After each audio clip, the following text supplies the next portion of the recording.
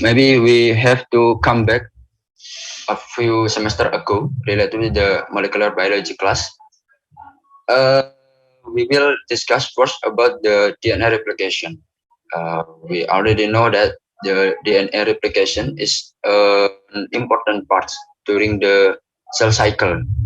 Like as we already study in the previous semester, there are several phases of the cell cycle, namely the G1, and then S, kemudian then G2, and also the M phase or the mitotic phase. During the S phase, the DNA inside eukaryotic or prokaryotic cells will copied or amplified, and the process to amplify or the copy the DNA on the cells is called as DNA replication. Jadi secara garis besar, kenapa primer ini bisa diciptakan? Ya memang sejarahnya itu berkaca pada natural phenomenon, di mana pada salah satu fenomenanya itu adalah DNA, replikasi DNA. Jadi teman-teman wajib membedakan antara replikasi DNA, transkripsi, dan juga translasi. Kalau misalkan transkripsi dan translasi itu hanya pada proses untuk mengekspresikan protein. Tapi kalau misalkan replikasi DNA, replication DNA is the process to copy the number of DNA. It's not involved in the transcription of, it's not involved in the expression of protein.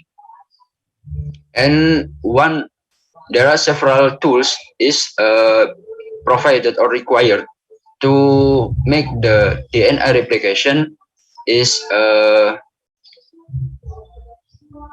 can be bisa berjalan dengan bagus. And the first one, there are several proteins involved.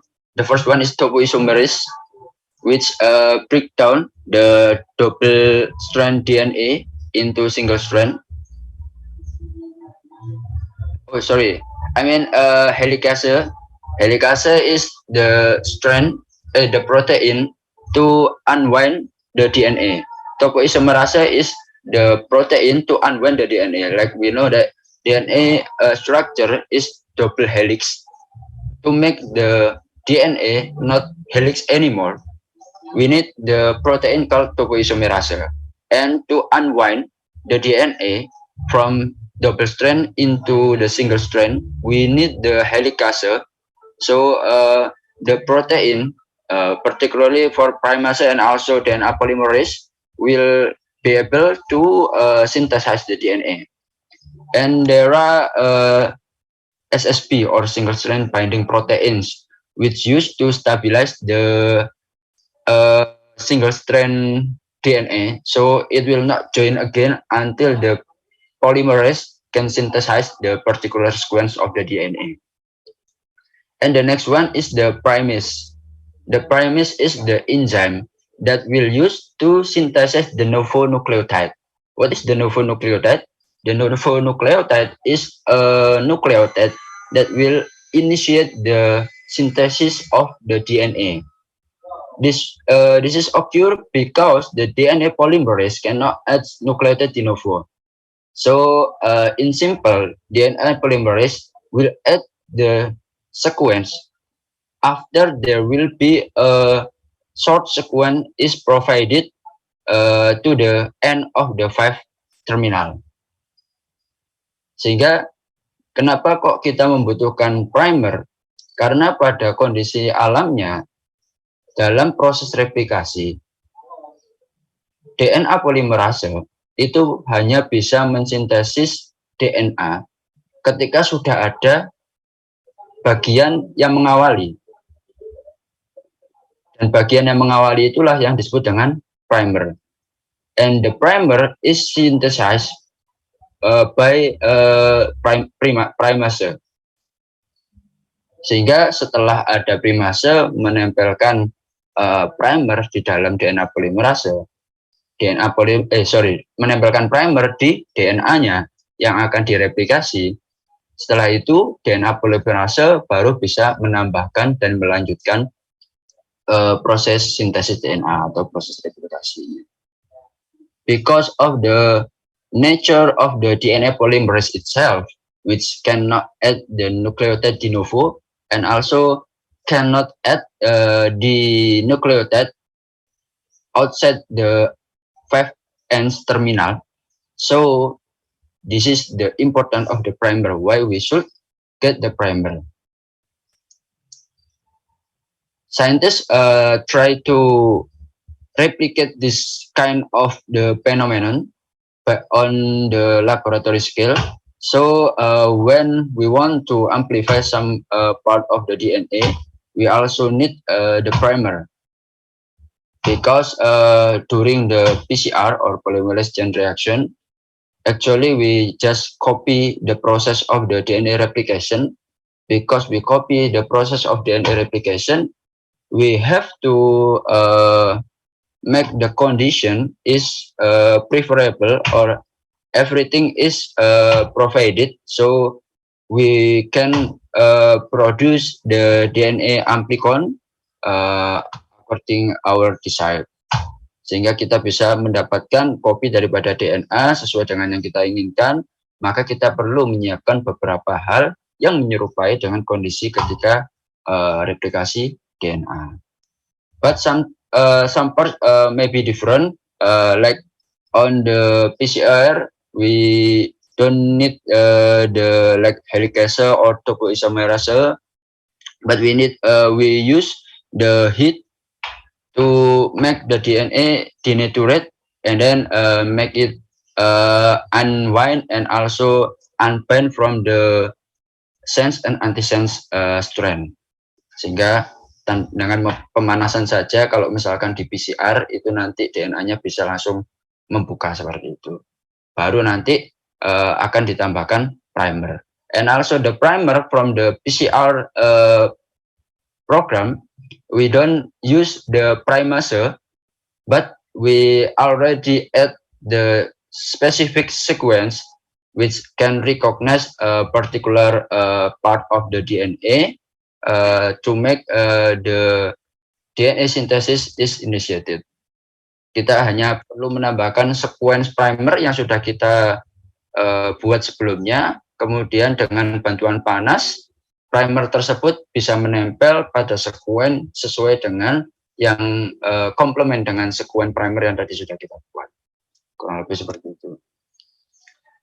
Kemudian, and the next one we will discuss about the DNA amplification by PCR. As I told you in the previous slide, the primers will be so important when we use the one of the molecular biology tools like PCR.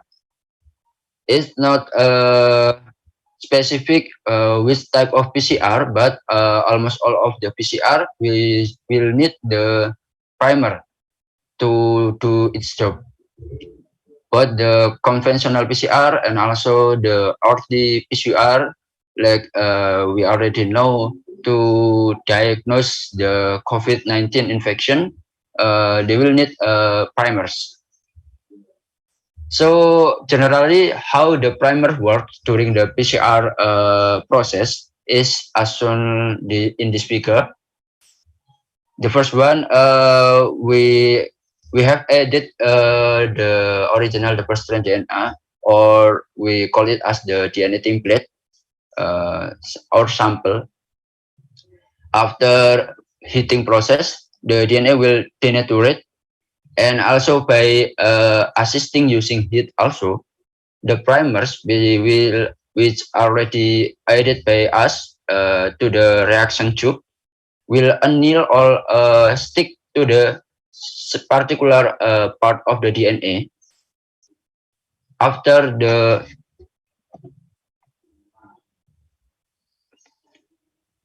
the primer is stick to the specific part of the DNA, the reaction will begin to synthesize the whole part of the DNA template.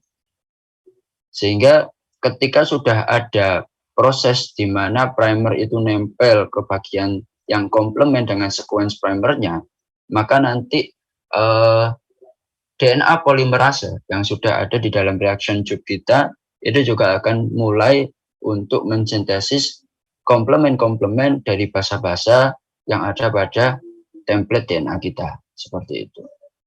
From one copy and then two copies, after that the first copies, there will be come back to the first cycle. The DNA will denaturate, and after that it will breaks and also stick by the new primer, and then there will be a synthesis of the new copies, and so on. After the cycle is finished, akan dilakukan proses yang sama setelah mendapatkan satu kopi yang utuh seperti ini, akan didenaturasi lagi, kemudian akan ditempeli primer dan akan dilakukan proses sintesis DNA sampai ke siklus-siklus selanjutnya sesuai dengan yang diprogram di primer itu berapa banyak, seperti itu.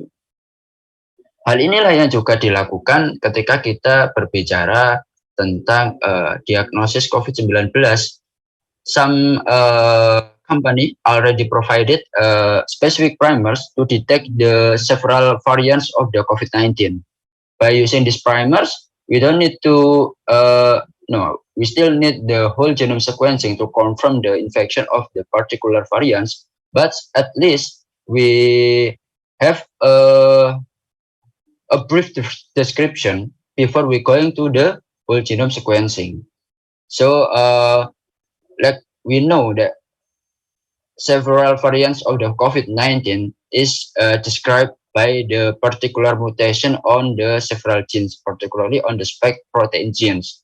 So when we can design the specific primer which can recognize only for the sequence of the spike proteins mutation, we don't need the whole genome sequencing to confirm the infection of the particular variants of COVID-19, like that. Sehingga kita ketika mendeteksi varian daripada COVID, kita juga bisa menggunakan primer ini tadi. Kita perlu mendesain primer yang sekiranya mampu mengenali beberapa set of mutation daripada varian COVID tadi, seperti itu. Sehingga nanti kalau itu primernya bisa mengenali, of course we can confirm that the patient is infected by the particular of variants COVID-19. And as I told you before, primers will initiate the DNA elongation. So when we don't add the primer on the in the reaction tube, the DNA elongation will not be performed. And the next one, the importance of the primer is allow the DNA polymerase to synthesize a particular sequence. And also it's related with the specificity because we construct the primer with the particular sequence of the nucleotide ATGC, only part of the DNA which have the complementary features with our primer will be amplified. Sehingga hanya bagian DNA yang dia komplement dengan primer kita yang nantinya akan diamplifikasi. Itulah yang kita sebut sebagai spesifisitasnya, yang juga berkaitan dengan diagnosis COVID-19 seperti yang saya ceritakan tadi. And the last one is the most important things, because although we know that the primer will assist us to get the particular part of our DNA target, but it also have a weakness. Larger target sequence needs more primer pairs because during the PCR or the DNA amplification around the target sequence, which have a long around 1,000 base pair, it's enough to be amplified using one pair of primers. I mean the forward and also the reverse. But when we have the target sequence longer than 1,000 base pair, we need to place uh, more than one primer pairs like that. Uh, I will you I will show you the another slide related with the how we need why we need the more than one primer pairs. Okay, this one is description when we have a target sequence. The genome is contains several parts, and it has the length more than 1,000. We can imagine like that. So when we want to amplify or do a sequencing with all of the part of this gene, we need to place several pairs of primers uh, to make the part all of the part of this gene is amplified and then sequenced. Seperti halnya di sini ada beberapa bagian. There are several parts which divided into several different color. Ada beberapa bagian daripada gen yang dia dibagi menjadi beberapa warna. Kita anggap sebagai satu warna ini panjangnya kurang lebih 1000-an tadi. Sehingga when we want to amplify all of the part of this gene, so we need to place at least one primer pairs in each part of the gene. And after that, we will get the several amplicon or several parts which amplified into something as shown in this figure. Rich. After we get several parts like this, we will assemble it into one genome. And assembling the part of this gene is we call as the alignment process and contic process. We will teach you how to do an assembly in the next course. Jadi dalam proses ini, ketika kita mempunyai target yang panjangnya lebih dari 1000, maka kita perlu meletakkan lebih dari satu pasang primer. Tujuannya apa? Karena primer itu dia hanya bisa melakukan proses amplifikasi ketika panjangnya kurang dari 1000. Dia bagus. Tapi kalau misalkan melakukan proses amplifikasi yang targetnya itu lebih dari 1000, dia nggak mampu. Ada batas daripada panjangnya bisa disintesis secara secara laboratorium menggunakan PCR tadi ketika kita menggunakan satu pasang primer. Kurang lebih seperti itu. Sehingga kalau misalkan target kita panjang, maka kita harus memerlukan lebih dari satu pasang primer. Karena apa? Karena kalau misalkan kita hanya menggunakan satu pasang primer, ketika kita panjangnya seperti yang ada di gambar ini, di satu bagian nanti kita dapat, kemudian di forwardnya kita dapat, kemudian di reverse-nya kita dapat, tapi panjang daripada forward dan reverse nanti tidak akan nyampe untuk mencakup seluruh bagian daripada gen ini. Sehingga nanti kita tidak akan bisa mendapatkan satu bagian utuh daripada satu gen ini. Seperti itu.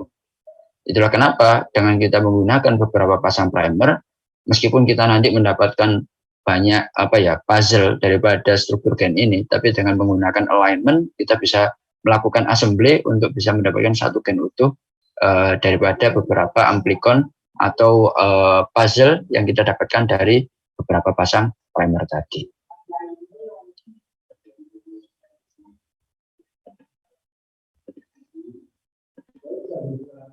Okay, we come back to the previous slide. And the second one, we will talk about how the primer is synthesized or the rules to design the primer. Typically, the primer contain around 20 base pair. The structure or the length of the primers is depend on your needs. Sometimes we can create the primers is shorter, around below the 15, but it's commonly not used to for the PCR, short primer typically used for the other technique like RAPD or random amplified sequence. But for the primer, typically it contains around 15 to 30 base pair. But the longer length of your primer, it will require the more heat to annealing on the PCR process. Jadi ketika kita mempunyai panjang primer yang terlalu panjang, itu juga akan berpengaruh terhadap proses annealing dalam proses PCR-nya. Kalau terlalu panas tentunya juga tidak terlalu bagus begitu. Karena nanti juga akan berpengaruh terhadap template DNA kita dan juga berpengaruh terhadap proses reaksinya. And the second rule is the sequence of the primer has to be contained around 45 and until 60% of the GC base. Jadi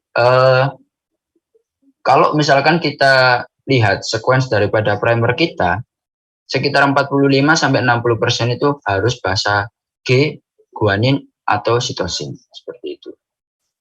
The next one is the annealing temperature difference is 1 degree Celsius. So every primers, why we call it as the primer pairs, because every primers will contain the forward and also the reverse primer. As we know that DNA is double strand, so we need to amplify the sense strand and also the anti-sense strand. That's why we need the forward and also the reverse primer. And the difference of the annealing temperature between the forward and also the reverse is cannot more than 1 degree Celsius. But sometimes it's tolerable when you get like almost get to the 2 degrees Celsius, but it must be avoided.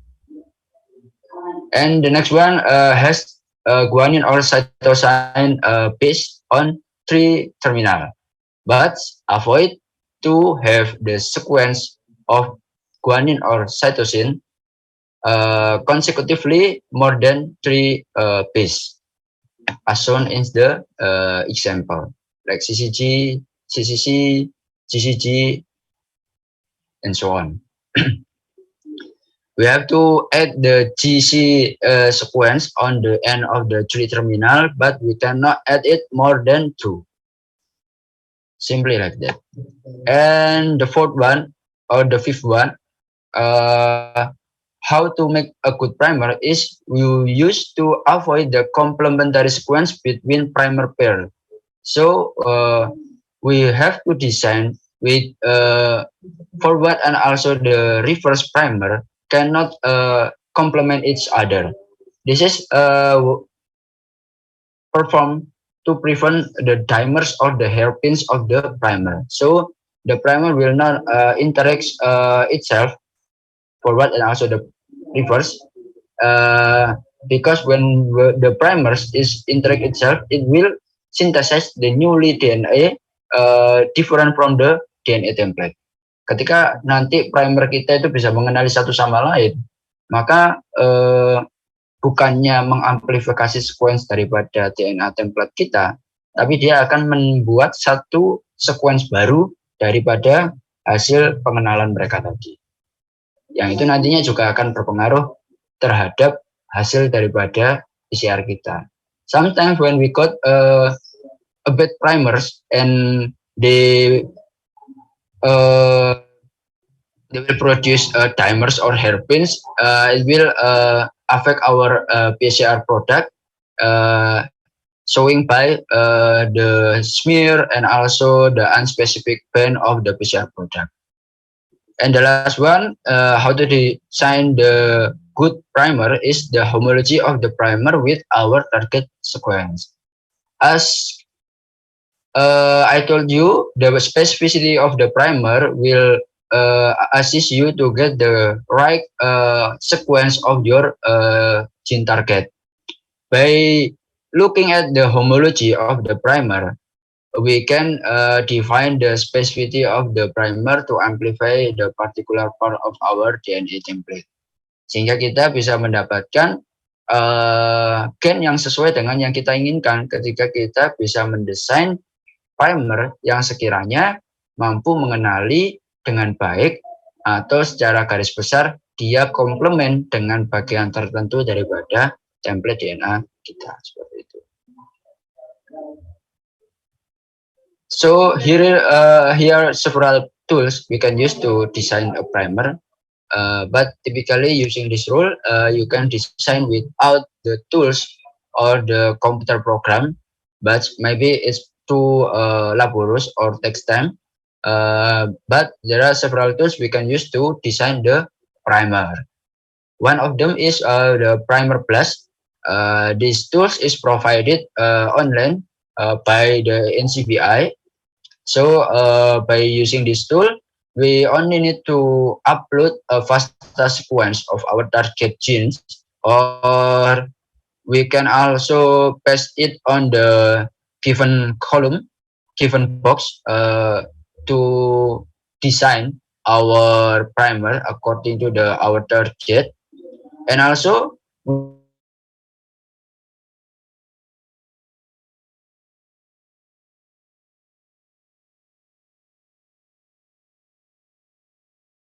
on the NCBI gene bank, we only need to enter the accession number of those sequence.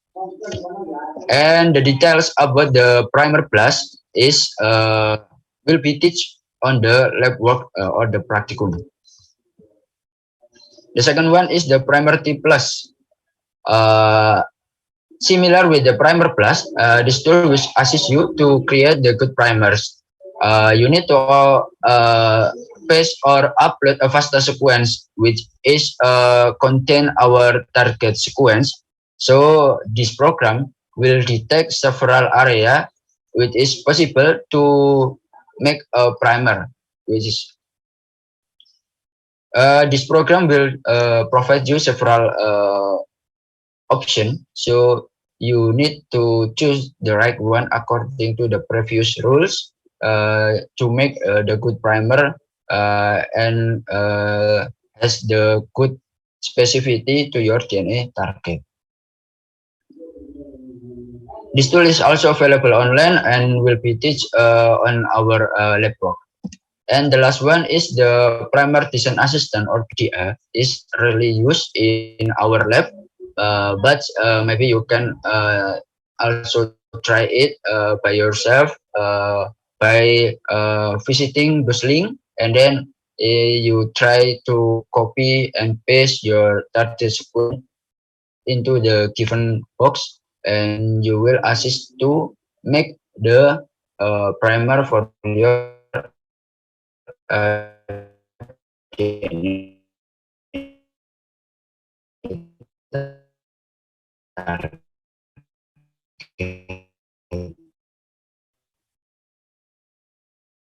there will be several options like to make sure that all of the on the biological resources. One of what is molecular barcoding, or something we commonly use in our department.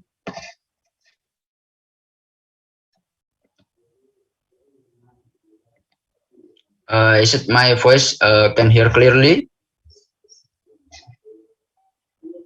Okay. Okay, thank you very much. Sorry for the connection interruption.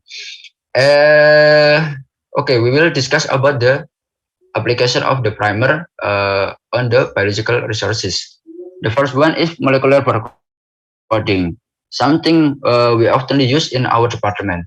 Like several laboratory is used this kind of primer to identify the particular species of the creatures. I mean, like in the microbiology laboratory, they commonly use several primer pairs of the universal primer to identify the species of the bacteria or fungi. And also on the different lab, like on the Pania laboratory or animal diversity, they use several specific gene to identify the species of the herpetofauna. And also in the different lab, like the plant physiology laboratory, they use several gene marker like RBCL and also another gene marker to identify the taxonomic position of particular plants. More information about the molecular barcoding will be discussed on the different course. The course is the molecular fingerprint or sidik jari molekuler. And the next one is identification of polymorphism.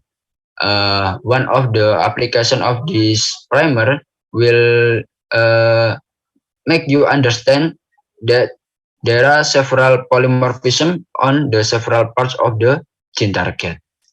And the next one is the functional gene characterization. By amplifying the gene of interest, we can clone it and then study it about the function of those gene. And the next one is cloning. Will be discussed later on the next part. And the last one is the clinical diagnosis, like I told you on the COVID-19 diagnosis, and also the forensic to identify like the suspect of the particular criminal case, and so on.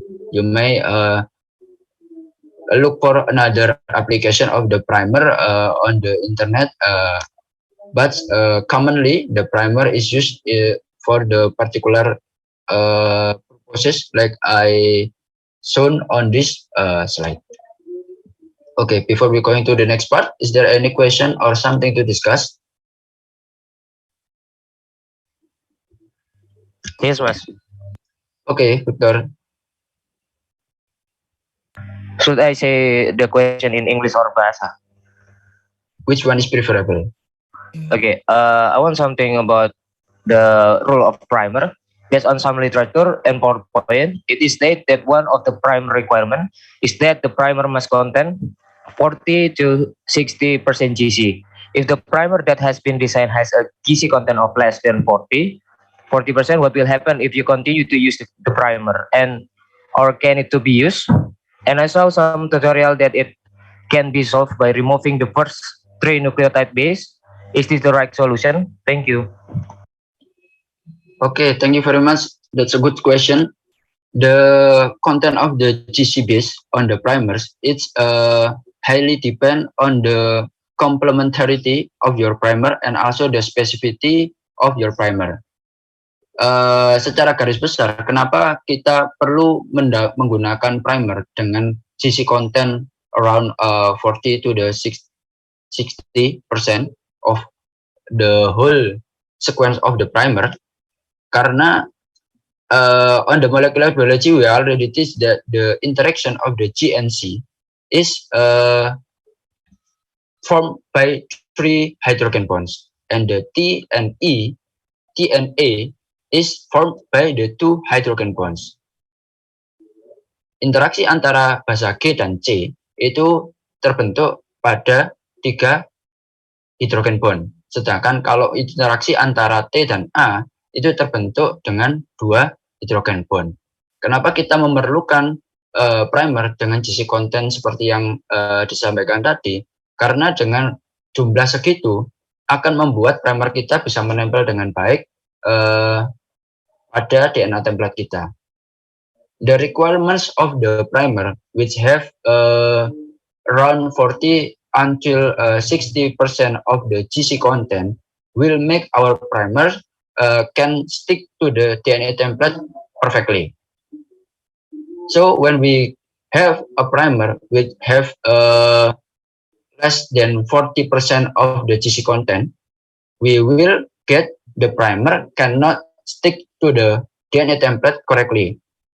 So it will lose and cannot perform as the right tools to DNA amplification.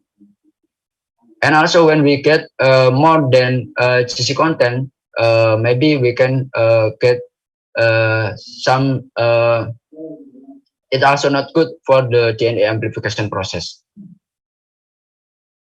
Is my answer is good enough to answer your question, Victor, or there will be something more to discuss? Yes, Mas. But I have one question again. I saw some tutorials that it can be solved. The primer yeah, have less than 40 GC content. It can be solved by removing the first three nucleotide base. Is this the right solution or any solution to solve this problem? Personally, I have no experience to cut the first part of the primers, because when we want to design a primers, as good as possible, the first design we want to use to synthesize and also use it on the laboratory process is the primer which already fit with the previous rules. So when we got the primer design which not compatible, we will not use it on the laboratory. So we will avoid to do something like the cutting the first part of the primer. But I'm so sorry because I have no experience to do something like that. I prefer to use the right design of the primer which already compatible with the rules. So we will avoid the several unwanted occasion. Sorry. Okay, Okay, something thank like you, that. Mas. Okay, you're welcome. Good question. Is there any other question or something to discuss related with the primer design? Excuse me, Mas Ferry, can I ask a question? Okay, Daniel. Okay, thank you, Mas Ferry. My name is Daniel Sirait, and I want to ask a question. Previously, I've used Primer Blast to find a primer, and as Mas Ferry said earlier, that there are rules that need to be followed to make a good primer design. But when I check on the primer on the primary start PCR website, it turned out that the primer I met was self-annealing. And my question is how to solve this problem. Can it be solved by subtracting or reducing or changing the order of the primers, or any other solution for the self-annealing on the primer? Thank you, that's all. Okay, thank you, Daniel. That's also a good question. When we got the primer design which has the self annealing, or it will be produce the timers also. The solution is when we have a particular DNA target, we can shift to the several part or different part of the previous part of the primer which recognize the part of our DNA target. So it will possible to make the primers is fit with the previous requirements. Atau secara garis besar, primer kita itu bisa digeser ke bagian lain daripada target DNA kita, sehingga membuat membuat primer kita itu bisa sesuai dengan kriteria yang ditentukan tadi. Kalau misalkan kita mendapatkan primer yang sekiranya maaf.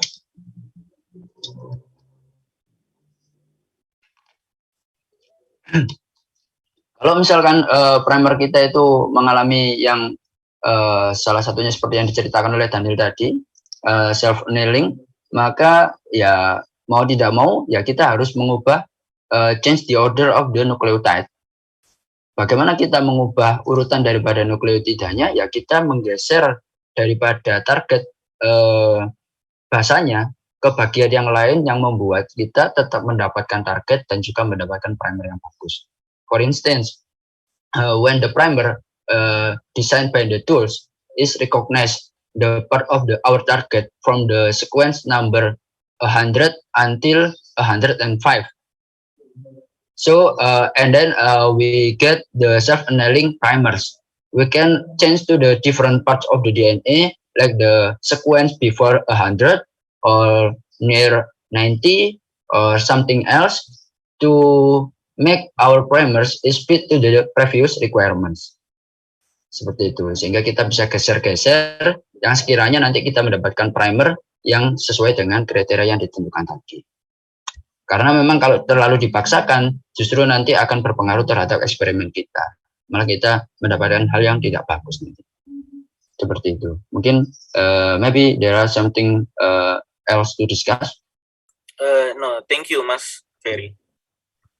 Thank you also, Daniel. That will be a good insight for other students. Maybe there is another question. Excuse me, Mas Ferry. Okay, Michelle. Yeah, my name is Michelle, and I would like to ask a question regarding to primer designing rules that state on 3' and our primer. It's more good to have the G or C basis. My question is there an exception that we could use A or T basis on our 3' end? And also, I would like to confirm that I have read that a suggestion that it's more preferable to use A or T basis on our 3' and primer because it only has 2 hydrogen bonds, so it's more likely to that the next nucleotides will get to hybridize and will continue to amplify. Is that a correct logic? Yeah, that's all my question. Okay, thank you, Michelle. The first question is related to the possibility to use the A or T based on the end of the primers. Is it correct? Okay.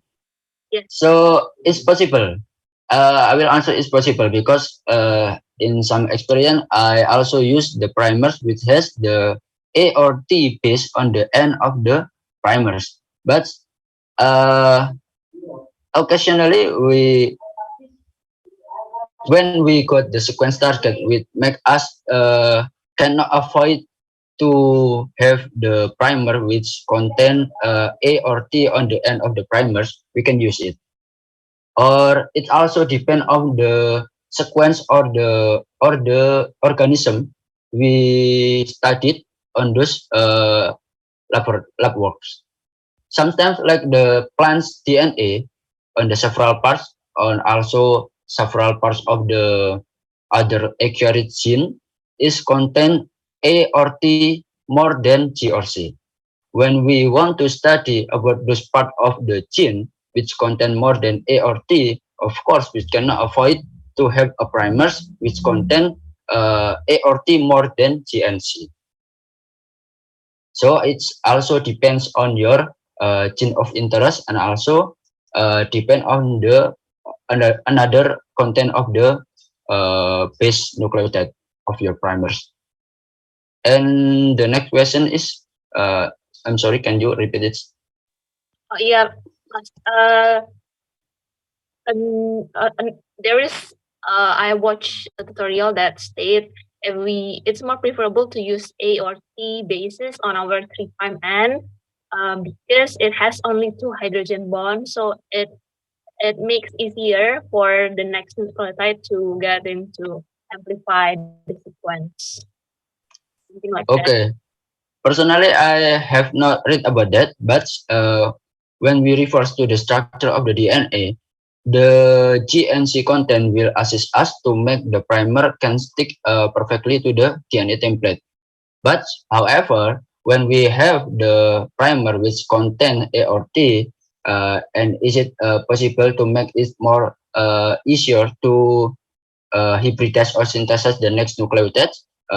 Maybe it's also correct, but the main aims why we have the GC content is to make our primer is stick perfectly, so the amplification is doing correctly according to the DNA template, not amplification which performed by the dimer of the primer. Something like that. Is there any something to discuss? Clear. Thank you. Okay, thank you, Miss also. Okay, maybe we can just continue to the next part. We have the restriction endonucleases. or maybe we can simply call it as the restriction enzyme. The outline of this part is the one. The first one is the definition and also the types of the restriction enzyme. The next one is the tools to make the restriction map, and the third one is the application of the restriction enzyme. Generally, this restriction enzyme, the history of the restriction enzyme is one of the like the immune system of the bacterial gene, because bacteria can take up the gene or the nucleotide from its environment. Sometimes the gene also may be harmful for himself. That's why they need to cut the gene and make it no longer functional and cannot harm the bacteria itself. By definition, the restriction enzyme is an enzyme which can recognize the particular sequence of the DNA around 5 or 6 or 8 days maybe. After recognizing the sequence, the restriction enzyme will cut the sequence according to those restriction sites. So the specific sequence which the restriction enzyme can recognize the sequence is called as the restriction site, and on that site the restriction enzyme will cut the sequence of the particular nucleotide sequence. Jadi dia akan mengenali pada bagian khusus daripada sequence DNA. Setiap enzim mempunyai restriction site-nya sendiri-sendiri sehingga dia berbeda-beda. Setelah dia mengenali bagian tadi, maka dia nanti akan bisa memotong band atau strain daripada DNA targetnya. Ada 4 tipe daripada restriction enzyme.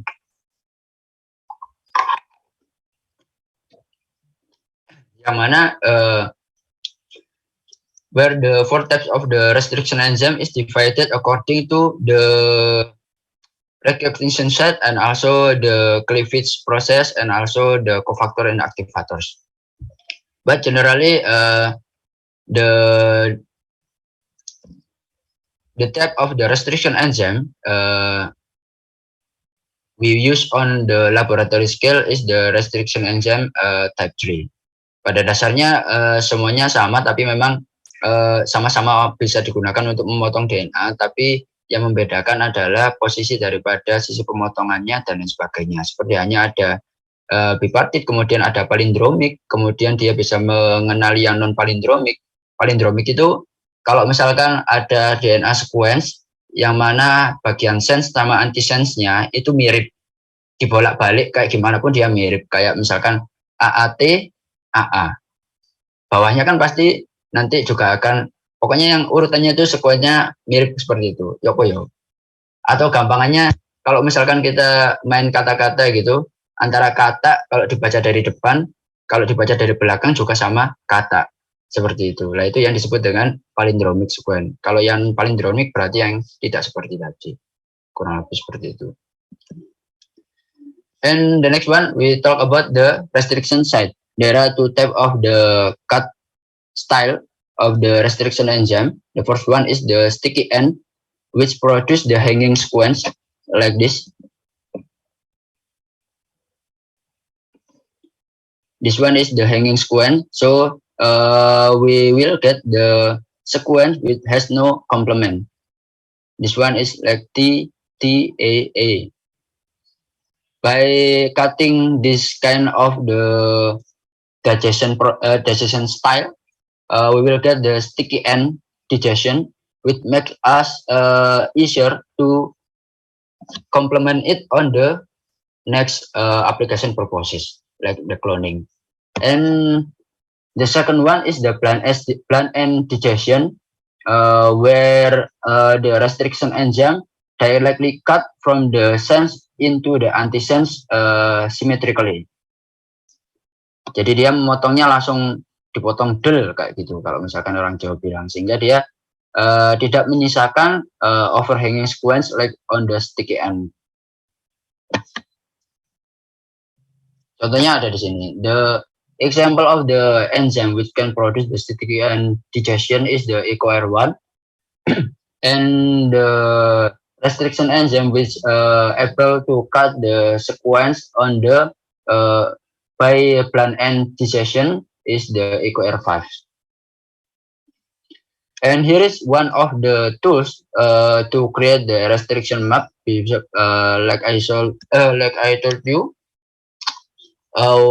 there are a lot of the application for the restriction enzyme. The most common application is for cloning and also for the detection of the polymorphism. But before we use several types of the restriction enzyme, there are a lot of the numerous restriction enzyme is available on the market. We have to map our sequence first to determine which the restriction enzyme is suitable for our sequence. So we'll not get the unspecific cutting on the sequence target. One of them is the nap cutter, and the detail about this tool will be explained on the lab work or in the practicum. And the next one is the advanced application of the restriction enzyme. One of the most known one is the gene cloning and protein expression. On this cloning process, the restriction enzyme will assist you to make the gene target is suitable to be placed on the vector plasmid. Jadi pada tahapan cloning, kita akan memasukkan gen of interest ke dalam plasmid, yang mana plasmidnya nanti akan dimasukkan ke dalam bakteri. Seperti itu. By using the restriction enzyme, the process to make the gene of interest is suitable to stick at the vector plasmid is really possible. We can use the same restriction enzyme like this. We use the orange restriction enzyme on this side, and then we also use the same restriction enzyme on the vector plasmid, and make the sequence from the target gene and the vector plasmid is complement each other and make it suitable to be glued or make it possible to stick each other. Bisa membuat dia saling menempel satu sama lain. Begitu juga dengan sequence yang berwarna biru menggunakan restriction enzyme yang berbeda. Maybe you can visit the SnapGene website to learn more about the cloning process. The website is provide a video which contain every part of the cloning process, starting from the preparation until you selection, screening, and so on. After we get the vector plasmid, which contain the target gene sequence, and then we insert it on the bacterial gene, we do screening and also selection of the colony which already positively inserted by our plasmid gene, like that. Sehingga nanti kita akan mendapatkan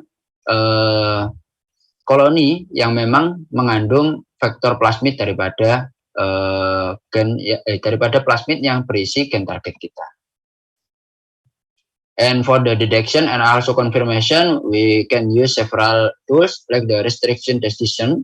Karena tadi kita menggunakan restriction enzyme yang digunakan untuk membuat dia bisa menempel, maka untuk deteksinya kita juga bisa menggunakan enzim restriksi yang sama, sebagaimana ketika kita membuat dia bisa menempel tadi. Kalau misalkan bisa dipotong dan sebelumnya sudah kita pastikan bagian lain itu tidak bisa dikenali oleh enzim restriksi tadi, maka kita bisa menggunakan enzim restriksinya untuk proses konfirmasi di sini. Or we can use the colony PCR. We directly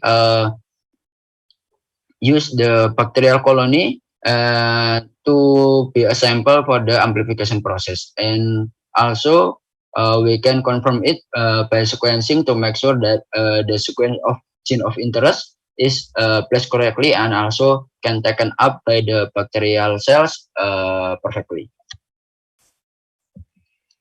And the next application is the DNA mapping. We can use to detect the polymorphism, because every restriction enzyme can recognize the particular sequence of the gene. By using those restriction enzyme, we can conclude that when the enzyme can hybridize, can cut the particular part of the DNA,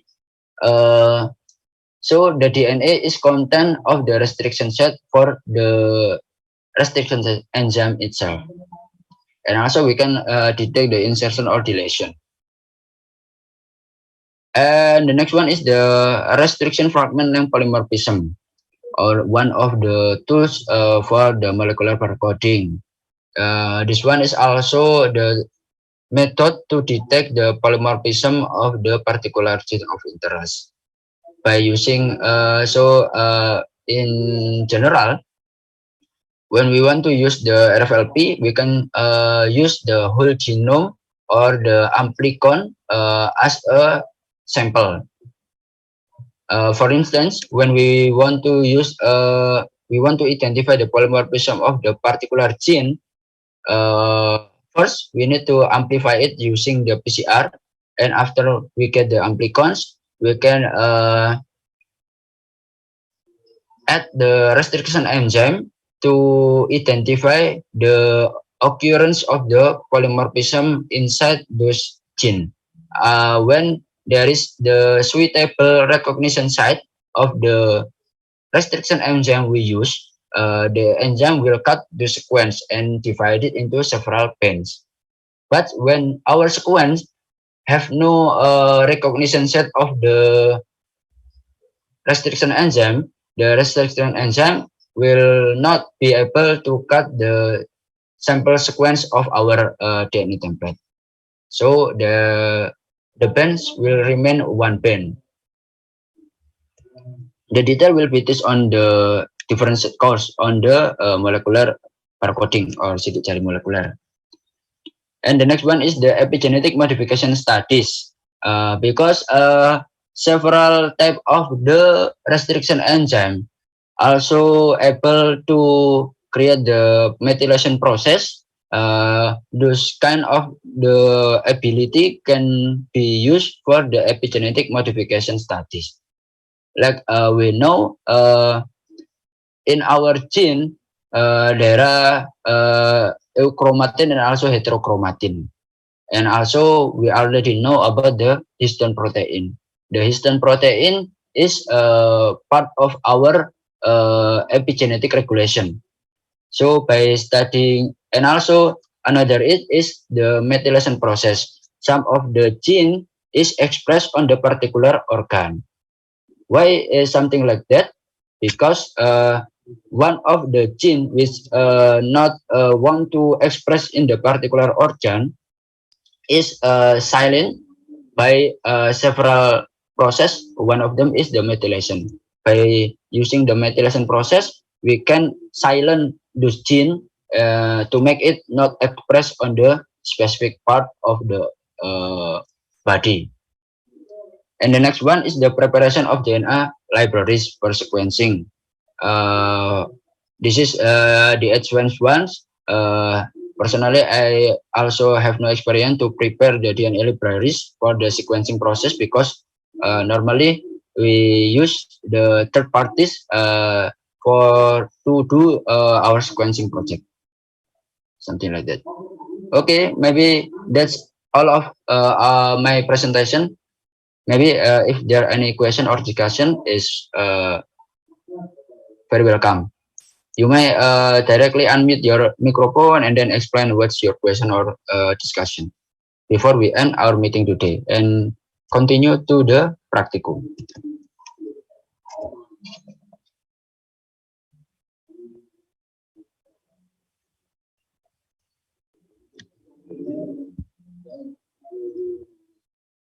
Okay, is it enough or everything is clearly described?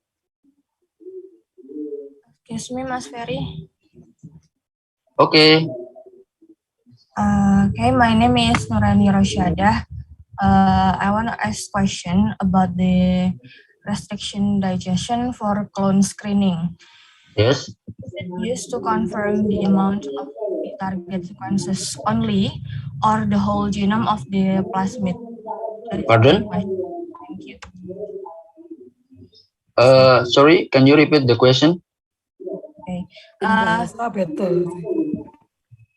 Yes, the restriction digestion for clone screening, is it used to confirm the amount of the target sequences only, or the whole genome of the plasmid vector? Oh, the use of the restriction digestion is used to determine the amount of the vector or something like that, or something else. Yes. Is it used to count the target sequences only, or the whole genome of the plasmid vector? No. It's not used to confirm the amount of the vector, but it's used to confirm whether our target is correctly taken up by the bacterial cells, or our target is perfectly combined with the plasmid vector. So it's not used to determine how much the vector, but it's to determine is it the plasmid which is taken up by our bacteria is the right plasmid or not. Something like that. Okay, it's clear, Mas. Thank you. Okay, you're welcome. Is there any other question or something to discuss?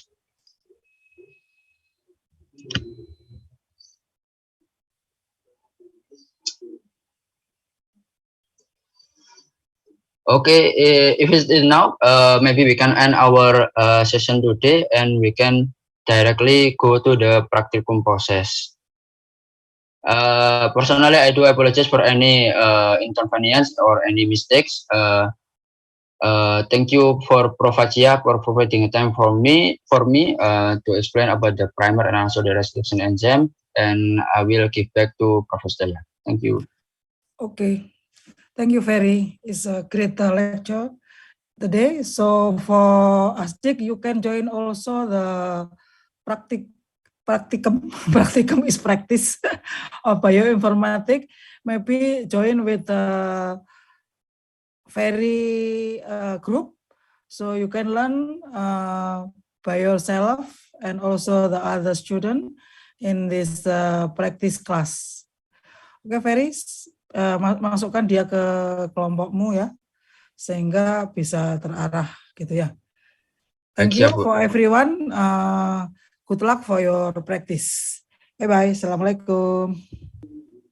Waalaikumsalam warahmatullahi Recording wabarakatuh. stopped.